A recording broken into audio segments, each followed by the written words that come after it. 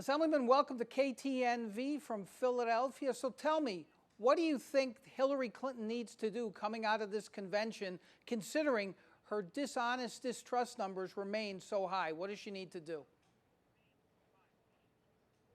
Well, first and foremost, hi, John.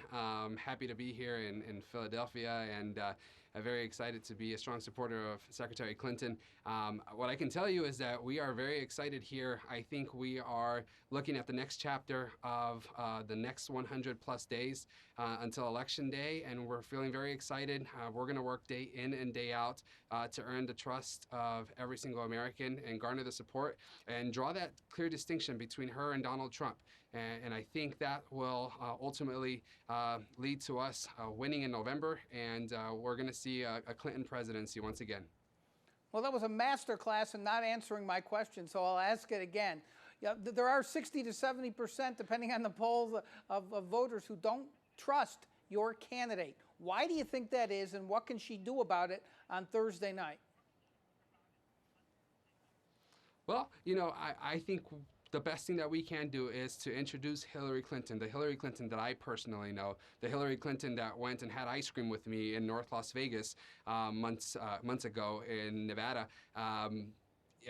That's the Hillary Clinton that we need to introduce the world to. And I think the more that we get her out and have people know that she really is the fighter that we need in our country to take us, to move us forward and to advance what the legacy that President Obama paid for us, I think that'll get us to victory. I really do. The Hillary that I know is someone that is warm, caring, who understands the values of everyday Americans, who wants to be our fighter, who has a plan, and is not going to back down to Trump-like bullying in any way, shape, or form.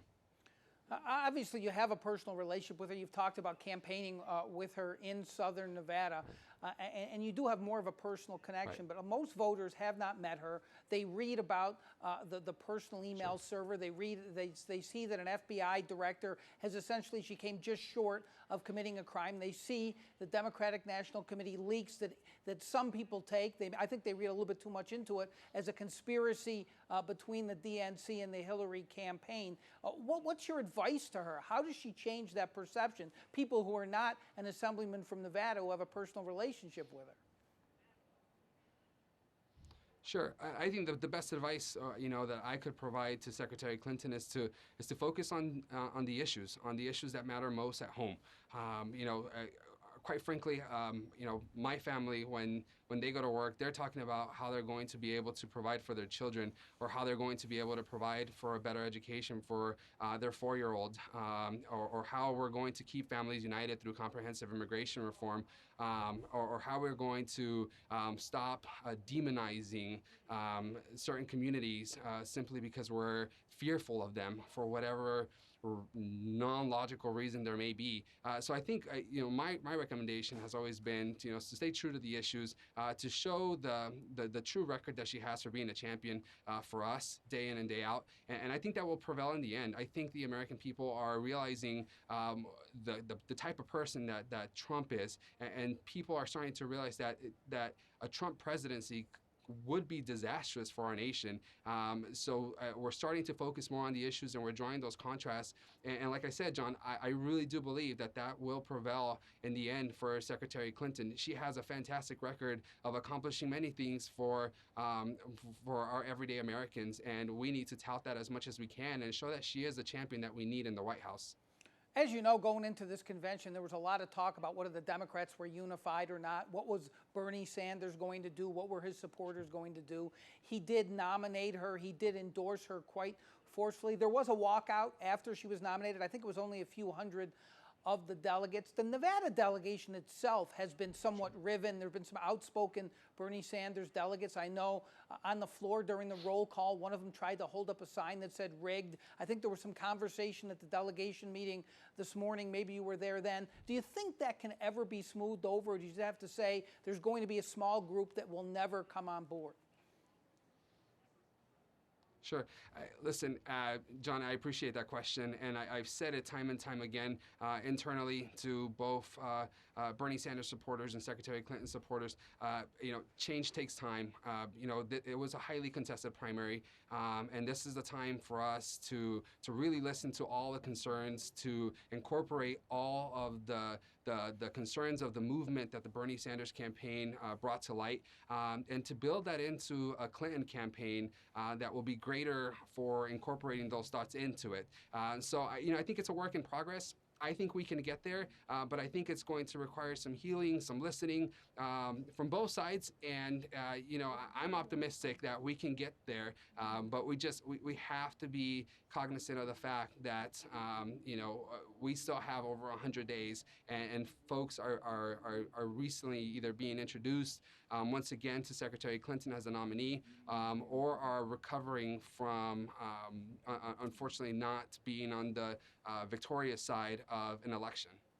That's the macro look, and I'm wondering what you think the micro look is in Nevada. Nevada is a state that Hillary Clinton should do very well in. Barack Obama won it twice, as you know. There has been some polling, including a recent KTNV poll that shows that Trump maybe got a bounce out of his convention. He's a little bit ahead now.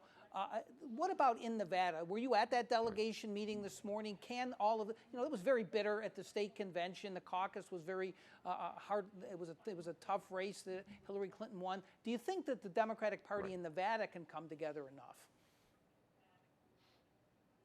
So, John, what I will tell you in regards to that is I don't know that or if everyone will eventually be able to come around and support Secretary Clinton. But what I can tell you is that in Nevada, we know how to run good grassroots campaign. So it's our responsibility to go to every single person who was a Sanders supporter and to help try to better understand how we can better value their thoughts and their opinions, and really build on those ideas and build them into our platform, like we've done at the national level here. And so we're working on that. We're having we're open to conversations.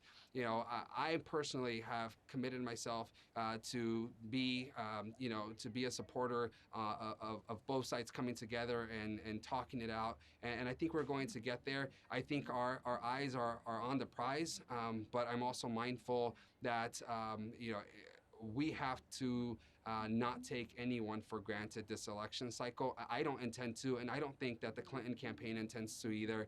And they've made a personal commitment that they will do whatever it takes to sit down and talk to whoever they need to talk to ensure that everyone feels that they are a part of the Clinton team, because we are a big family and we can only win if we stay together in November, and that is our end goal. And I am 100% certain that in November we will come together and we will defeat Trump, because the contrast between Clinton and Sanders does not compare against the contrast between Clinton and Trump by any stretch of the imagination. Well, we are out of time, and thanks to the time delay, I have to say that you have a future as a U.S. Senator with your filibuster skills, sir. Enjoy yourself in Philadelphia. I really appreciate your coming on with me. Thank you. Thanks, Sean. I appreciate you. All right. Have a good one. You too. Thank you.